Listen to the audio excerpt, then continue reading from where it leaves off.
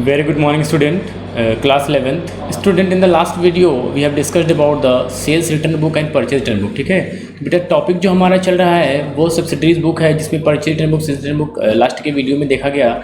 आज का जो टॉपिक है बेटा वो जर्नल प्रॉपर है, तो ध्यान से देखिएगा कि किस तरीके से ये बाकी सब्सिडीज बुक से अलग है।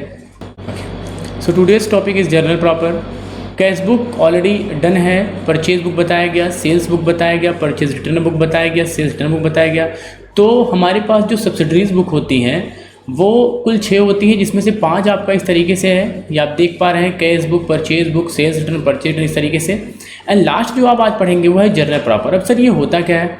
एक्चुअली स्टूडेंट कि जो कैश नेचर के ट्रांजेक्शन होते हैं उनको तो आप कैश बुक में रिकॉर्ड करते हैं, ये क्लियर है। आप परचेज बुक में रिकॉर्ड करने के लिए ट्रांजैक्शन का क्रेडिट में परचेज होना जरूरी है। सेल्स बुक में रिकॉर्ड करने के लिए ट्रांजैक्शन का सेल्स में क्रेडिट में सेल करना जरूरी है। परचेज रिटर्न बुक, जब आपको सामान पसंद नहीं आता या अकॉर्डिंग टू स्टैंडर्ड नहीं रहता, आप सामान को वापस कर देते हैं, तो परचेज रिटर्न बुक में रिकॉर्ड किया जाता है। सेल्स रिटर्न बुक में जब कस्टमर को सामान कुछ डिफेक्टिव लगता है या उसको सामान समझ में नहीं आया या सामान जो है या गुड्स जो है वो नॉट अकॉर्डिंग टू स्टैंडर्ड था, तो उस कंडीशन में जो है वो सेल्स रिटर्न कर देता है। ठीक है, तो ये सारे हेड्स तो क्लियर है, लेकिन इसके बाद भी और ऐसे ट्रांजेक्शन्स होते हैं, काफ़ी ऐसे नंबर ऑफ ट्रांजेक्शन होते हैं जिनको इन 5 बुक में रिकॉर्ड नहीं किया जा सकता। ठीक है, जैसे अगर मैं परचेज की बात करता हूँ तो परचेज में आपको पता है कि सर अगर हम कैश में परचेज करेंगे तो वो कैश बुक में रिकॉर्ड होगा, और अगर हम क्रेडिट में परचेज करेंगे तो वो परचेज बुक में रिकॉर्ड होगा। ठीक है, जब आप कैश में परचेज करेंगे तो कैश बुक में, जब आप क्रेडिट में परचेज करेंगे तो क्रेडिट में, परचेज बुक में। यहीं पे बेटा आपने देखा होगा कि क्रेडिटर को पेमेंट करते समय हमें डिस्काउंट मिलता है, तो ये जो डिस्काउंट, इसकी रिकॉर्डिंग कहाँ होगी? ना तो ये कैश बुक का आइटम है, ना परचेज का आइटम है, ना सेल्स बुक का आइटम है। तो जो इन 5 हेड में नहीं जाता है उसकी रिकॉर्डिंग कहाँ होती है? जर्नल प्रॉपर में। ठीक है बेटा, तो जर्नल प्रॉपर के बारे में और देखते हैं। Student, after the sub division of journal हम क्या करते हैं, जो हमारे पास जर्नल होते हैं उसको हम डिवाइड कर देते हैं उनकी सब्सिडरीज बुक में। ठीक है, division of journal of subsidiaries book. Journal remain only in residuary book in the which only those transaction are record which can not be record in any subsidiaries book. ठीक है, तो any subsidiary book का मतलब cash book, purchase book, purchase return book, sale book and sales return book. तो जो इन 5 book में record नहीं होगा वो सीधे कहाँ चला जाता है? आपका जर्नल प्रॉपर में। अब ये सर जर्नल प्रॉपर कुछ अलग से है या पिछले टॉपिक से है? बेटा journal proper same like as a journal entry. ठीक है, the entry which will not be record, the transaction which will not be record in the subsidiaries book that will be record in the journal proper. ठीक है, journal proper follow the rule of personal, real and nominal. ठीक है, as you know कि जैसे आपने journal entry किया था वैसे ही जर्नल प्रॉपर को आप फॉर्मेट करेंगे, वैसे एकदम सेम। ठीक है, जो ट्रांजेक्शन आप सब्सिडरीज बुक में नहीं रिकॉर्ड कर पाएंगे उसके लिए एक अलग से जर्नल एंट्री का फॉर्मेट होगा, जर्नल प्रॉपर जैसा, इसको एक और नाम देता है जनरल जर्नल कहते हैं इसको। ठीक है, तो उस तरीके से आप उसमें रिकॉर्ड करेंगे। तो जिस बच्चे को जर्नल एंट्री आ रही होगी उसको इसमें रिकॉर्डिंग करने में कोई दिक्कत नहीं है, क्योंकि यहाँ पे जो रूल वर्क करेगा वही पर्सनल, रियल, नॉमिनल का रूल चलेगा। ठीक है, वही डेबिट वही क्रेडिट का रूल चलेगा, तो उस तरीके से आप यहाँ पे जर्नल एंट्री पास करेंगे।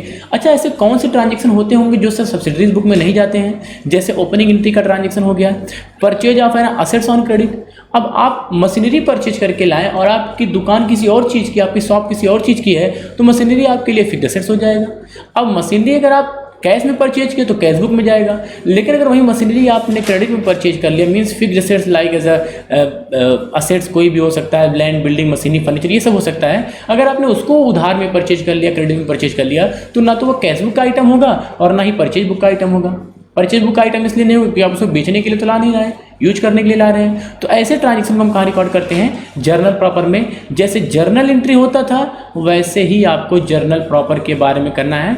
आप कह सकते हैं कि sir journal entry journal proper में कोई ज़्यादा डिफरेंस नहीं है। ठीक है, जर्नल एंट्री में बस इतना ही है कि in the journal entry you record all the transaction in form of debit and credit, and in the journal proper you record only those transaction which are remain to record in the subsidiaries book. तो subsidiaries book में जो record करने से बच गए हैं उन्हीं transaction को आप जर्नल प्रॉपर में रिकॉर्ड करते हैं। ठीक है, अब आपने कोई असेट्स बेच दिया और असेट्स को उधार में बेच दिया, क्रेडिट में बेच दिया, तो वो यहाँ रिकॉर्ड होगा। आपने देखा होगा कुछ ऐसे डेटर होते हैं जो फ्रॉड कर जाते हैं, जो पेमेंट नहीं करते हैं, जैसे बैड डेप्ट के बारे में। तो बैड डेप्ट अगर हुआ तो ना तो सर वो कैश बुक में जाएगा, ना परचेज, ना परचेज रिटर्न, ना सेल्स रिटर्न, तो वो भी कहाँ जाएगा? जर्नल प्रॉपर में ही जाएगा। सेम वैसे ही चेक को इंडोर्स कर दिया, बिल को इंडोर्स कर दिया, या आपने कुछ चैरिटी वगैरह दे दी, ठीक है, कुछ डोनेट कर दिया, या प्रोप्राइटर ने अपने खुद के यूज के लिए सामान निकाल लिया, तो ऐसे ट्रांजेक्शन्स जो होते हैं, या कुछ सामान का लॉस हो गया, लॉस बाय फायर हो गया, लॉस बाय थेफ्ट हो गया, तो that transaction can not B consider in the subsidiaries book. ठीक है, तो जो ट्रांजेक्शन पांचों सब्सिडरीज बुक में, अब शायद आपके टंग पे तो सेट हो गया होगा 5 सब्सिडरी बुक कौन होती है। एक आपको cash book, purchase return book, sales and sales return book, ठीक है। एंड आउट ऑफ 5 बुक्स अगर आप यहाँ पे इन पांचों में ट्रांजेक्शन नहीं रिकॉर्ड कर पा रहे हैं तो that transaction will be record in the journal proper, ठीक है। तो चलिए देखते हैं बेटा, एक ट्रांजेक्शन आपके सामने हमने रखा है क्वेश्चन कि record the following transaction in the journal proper off MS Mukesh trader, ठीक है। अब आप खुद बताइएगा कि ये उन 1 to 5 जो सब्सिडरीज बुक आपने पढ़ा है, जैसे कैश बुक, परचेज बुक, जिनका हम नाम अभी ले रहे हैं, तो इन पांचों में अगर ये जाएगा तो ठीक है, लेकिन अगर ये इन पांचों का आइटम नहीं है तो उसे कहाँ हम रिकॉर्ड करेंगे, जर्नल प्रॉपर में। ये जर्नल एंट्री का फॉर्मेट बना करके, शायद जर्नल एंट्री का फॉर्मेट आपने बोला नहीं होगा, तो जैसे जर्नल प्रॉपर वैसे ही सेम फॉर्मेट आपने जर्नल एंट्री का रखा है। ये जो पहला होगा वो डेबिट का कॉलम होगा, इधर साइड वाला क्रेडिट का कॉलम होगा, ठीक है। चलिए देखते हैं बेटा, फर्स्ट है Sunil, who owed us ₹3,50,000 was declared insolvent and 40% is received as a full and final payment, ठीक है। अब कोई सुनील है, ठीक है, सुनील ने आपसे कितना लिया था, 3,50,000 रुपए, ठीक है। 3,50,000 आपने उनको क्या दिया था, उधार दिया था, और ये डिक्लेयर्ड हो गए क्या, इंसॉल्वेंट। इंसॉल्वेंट का मतलब होता है बेटा दिवालिया, ठीक है। इसका मतलब है कि when the individual are not able to pay his debt, ठीक है, he have no more assets to recover that liability, तो उसके केस में उसको जो है इंसॉल्वेंट घोषित कर दिया जाता है। तो यहाँ पे 3,50,000 रुपये जब बाकी था उससे, तो चूंकि वो इंसॉल्वेंट हो गया और इंसॉल्वेंट होने के बाद ओनली 40% ऑफ द अमाउंट, 40% का मतलब कह सकते हैं कि अगर आपका 100 रुपये बाकी होगा, अगर आपका 100 रुपीज़ बाकी होगा तो आपको मुकेश से सिर्फ 40 रुपये मिलने वाले हैं, इसीलिए लिखा गया 40%। 40% मीन्स 40/100, यू कैन से कि out of 100 you will receive only 40 in cash, ठीक है। तो यहाँ पे 3,50,000 में अगर हम 40% रिसीव करते हैं तो 40% इसका हो जाएगा बेटा 1,40,000, ठीक है, 1,40,000। यहाँ अगर आप 1,40,000 माइनस कर देंगे तो 1,40,000 माइनस करने के बाद जो बैलेंस बचेगा वो आपका हो जाएगा 2,10,000। गुड। तो ये बताओ बेटा, ये जो 1,40,000 रुपये आप कैश या बैंक या चेक के थ्रू रिसीव करेंगे, ये तो आप कैश बुक में रिकॉर्ड कर देंगे, because that is relate to the cash only, तो आप इसको रिकॉर्ड कर पाएंगे कैश बुक में।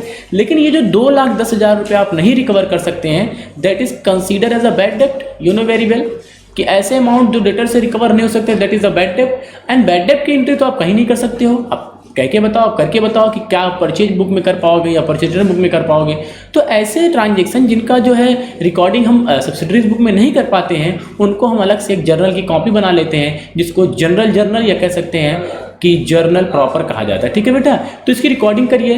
अब बैड डेप्ट का ट्रीटमेंट सब जानते होंगे कि अगर हमारा बैड डेप्ट होता है सर, तो बैड डेप्ट होता है डेबिट, तो बैड डेप्ट account debit due to the loss and it is here your nominal account will be use. तो बैड डेप्ट अकाउंट डेबिट टू कौन है बेटा, Sunil, to Sunil account, to Sunil's account 2,10,000। अब आप कहेंगे सर बाकी का 1,40,000, अब बेटा बाकी का 1,40,000 कौन कंसीडर कर लेगा, वो आपका कंसीडर करेगा कैश बुक, ठीक है। तो जो आप नहीं रिकॉर्ड कर पाएंगे उसी को वहां रिकॉर्ड करेंगे। ये March 5 का ट्रांजेक्शन है। आगे देखिए, an old machinery was sold to Kailash for ₹10,000। एक पुरानी मशीनरी थी जो हो सकता है स्क्रैप हो चुका हो, अब वो कबाड़ के भाव बिकेगी, तो 10,000 में आपने इसको उधार में किसको बेच दिया, कैलाश को। कैलाश को आपने इसको क्रेडिट में बेच दिया। अब चूंकि बेटा अगर आप कैलाश को इसको कैश में बेचते तो कैश बुक में चला जाता, चूंकि cash doesn't matter whatever transaction are, cash is coming in the business और cash is out going from the business, तो कोई भी रीजन हो doesn't matter, that will be record in the cash book. But here you are sold your machinery on credit, तो अगर आपने उसको उधार में बेचा है तो ये सर कहीं नहीं जाएगा।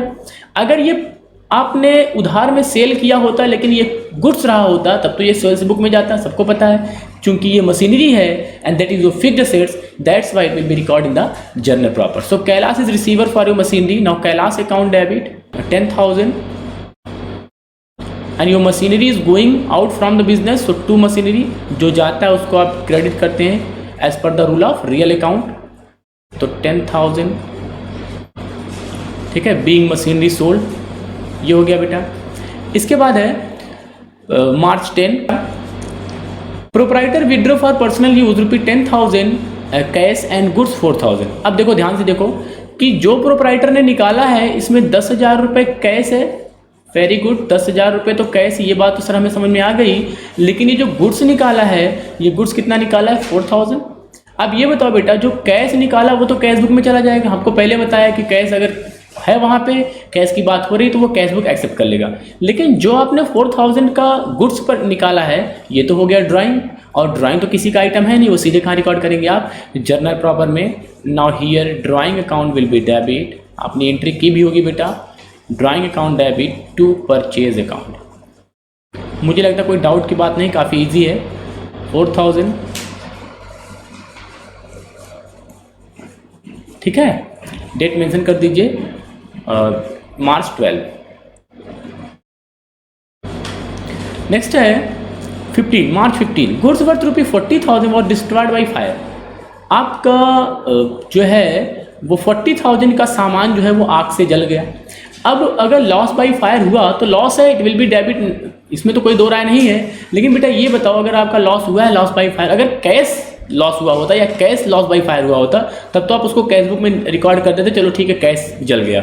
लेकिन चूंकि यहाँ पे असेट्स में लॉस हुआ है, वो भी लॉस बाई फायर हुआ है, तो ये आप रिकॉर्ड करेंगे जर्नल प्रॉपर में, और एंट्री आपकी हो जाएगी loss by fire account debit, loss by fire account debit, narration maintain कर लीजिएगा, loss by fire account debit to क्या जला है बेटा? गुड्स। तो पहले तो गुड्स लिखा जाता था, लेकिन अब नए अमेंडमेंट के हिसाब से परचेज लिखा जाता है उसी गुड्स के लिए। कितना है? 40,000, मार्च 15 का ट्रांजेक्शन था, 40,000।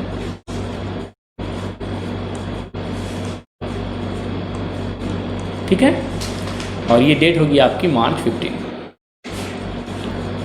Insurance company admitted a fire insurance claim 25,000। अब आपने अगर इंश्योरेंस कंपनी को क्लेम किया कि भाई ऐसा देखो कि जो गुड्स हमारा जला है वो इंश्योर्ड था। आप वैसे भी आजकल क्या है, नया ट्रेंड चल रहा है कि जो भी गुड्स हम रखते हैं, जो भी हम वेयर हाउस में रखते हैं, जो गोदाम में रखते हैं सामान, उसको हम इंश्योरेंस करवा के रखते हैं। Now here 25,000 is accepted by the insurance company for claim of fire insurance. ठीक है, तो अब 25,000 रुपये का क्लेम हुआ, तो अब यहाँ पे एंट्री अगली बनेगी बेटा, इंश्योरेंस कंपनी, ये रिसीवर हुई क्लेम के लिए, insurance company account debit, company account debit, और अपने आप लॉस बाई फायर को यहाँ से रिकवर करेंगे to loss by fire account.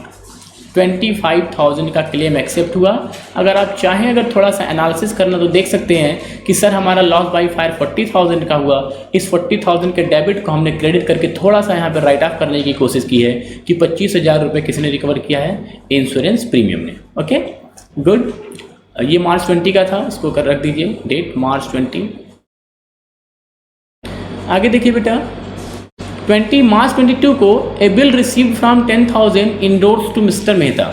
ये इसका बिल्स रिसीवेबल का कंसेप्ट आप आगे पढ़ेंगे, लेकिन यहाँ पे इतना ध्यान रखिए कि जो बिल आपको मिलती है उसे आप कहते हैं बिल्स रिसीवेबल। बिल्स रिसीवेबल, ये आपका एक पूरा चैप्टर है बिल्स ऑफ एक्सचेंज का, वहाँ आप अच्छे से सीखेंगे। तो एक बिल्स रिसीवेबल आपको मिला था, इसको आपने इंडोर्स कर दिया। अब बेटा ये जान लो, इंडोर्स जब करते हैं तो वो ट्रांसफ़र हो जाता है, किसी दूसरे के नाम पे ट्रांसफ़र हो जाता है। जैसे आपने चेक को मैंने बताया था जर्नल वाले चैप्टर में कि आप चेक को इंडोर्स करते हैं, वैसे बिल को भी इंडोर्स कर देते हैं। ठीक है, means transfer the ownership of that bill to the another party, ये आप सीखेंगे आगे। तो आपने बिल को इंडोर्स कर दिया। अब आप बिल को इंडोर्स कर दिया, किसको इंडोर्स किया? मिस्टर मेहता को। When you endorse your bill, तो mister Mehta will be receiver, mister Mehta account debit, sorry Mehta account debit, Mehta's account debit, यहाँ पे डेबिट कर दिया, और आपके पास जो BR आया था वो चला गया टू बिल्स रिसीवेबल अकाउंट। अब इसके बारे में टेंशन ना लीजिए, रिसीवेबल बिल्स रिसीवेबल का केस आप देखेंगे 10,000। ठीक है, 10,000। आगे wages outstanding for March 2010 ₹15,000। Wages जो था वो आउटस्टैंडिंग था मार्च 2010 का ₹15,000 के हिसाब से। तो ये बताइए, अगर आपने वेजेस का पेमेंट किया तो wages account debit to cash, तो सर ये तो कैश बुक का आइटम है। लेकिन अगर आपका वेजेस आउटस्टैंडिंग रह गया, तो हमने आपको जनरल वाले में पढ़ाया था कि यदि कोई एक्सपेंस आउटस्टैंडिंग है तो आप एक्सपेंस को डेबिट करके वो पूरा अमाउंट ट्रांसफर कर देते हैं आउटस्टैंडिंग एक्सपेंस में। So here entry will be wages account debit to outstanding wages, wages account debit, wages account debit to outstanding wages. Okay, wages account debit to outstanding wages March 31 15,000, March 31 15,000। Okay, इसके बाद है insurance prepaid at the end of year 2000। Insurance prepaid कर दिया, prepaid का मतलब advance pay किया है। When you are going to pay any expense in advance that is called prepaid expenses. Here prepaid insurance is in front of you, insurance prepaid, तो prepaid insurance किया। अब doesn't matter you are paying in advance और for the year, but आपका cash तो जाएगा ही जाएगा अगर आप एडवांस में पेमेंट करेंगे। तो यहाँ पे जब हम प्रीपेड करते हैं तो प्रीपेड एक्सपेंस आपका डेबिट हो जाएगा। और सबको पता होना चाहिए कि जो प्रीपेड एक्सपेंस होता है वो पर्सनल अकाउंट होता है और ये रिसीवर बनेगा। Prepaid expense account debit to cash, your cash is out going from the business that is the real account 2000। तो कोई ज़्यादा प्रॉब्लम नहीं होगी बेटा आपको इसको कंसिडर करने में। 31 सेम डेट है, ठीक है। ओके, तो इस तरीके से आप कर लीजिएगा बेटा। जनरल प्रॉपर में कोई दिक्कत नहीं, बस आपको सिर्फ इतना आइडेंटिफाई करना आना चाहिए कि what transaction will be record in the subsidiaries book and what will not, ठीक है। And that transaction will that will not be recorded in the subsidiaries book, that is recorded here means in the journal proper, and journal proper same like as a journal entry, ठीक है। it is follow the rule of personal, real and nominal। तो हमने आपको golden rule of accountancy पढ़ाया था, वहीं पे आप जो है उसी का रूल फॉलो करके यहाँ पे जो है जर्नल एंट्री को पोस्ट कर देंगे। इसी पे डिपेंड एक क्वेश्चन है बेटा, आप देख सकते हैं। ये क्वेश्चन आपके सामने है, 2 MCQ हैं, इसको आप कर लीजिएगा। और एक क्वेश्चन आपके सामने है, इसको आप जर्नल प्रॉपर में सेट कर लीजिएगा। आई थिंक कोई डाउट तो नहीं होगा, ठीक है। Okay students, thank you.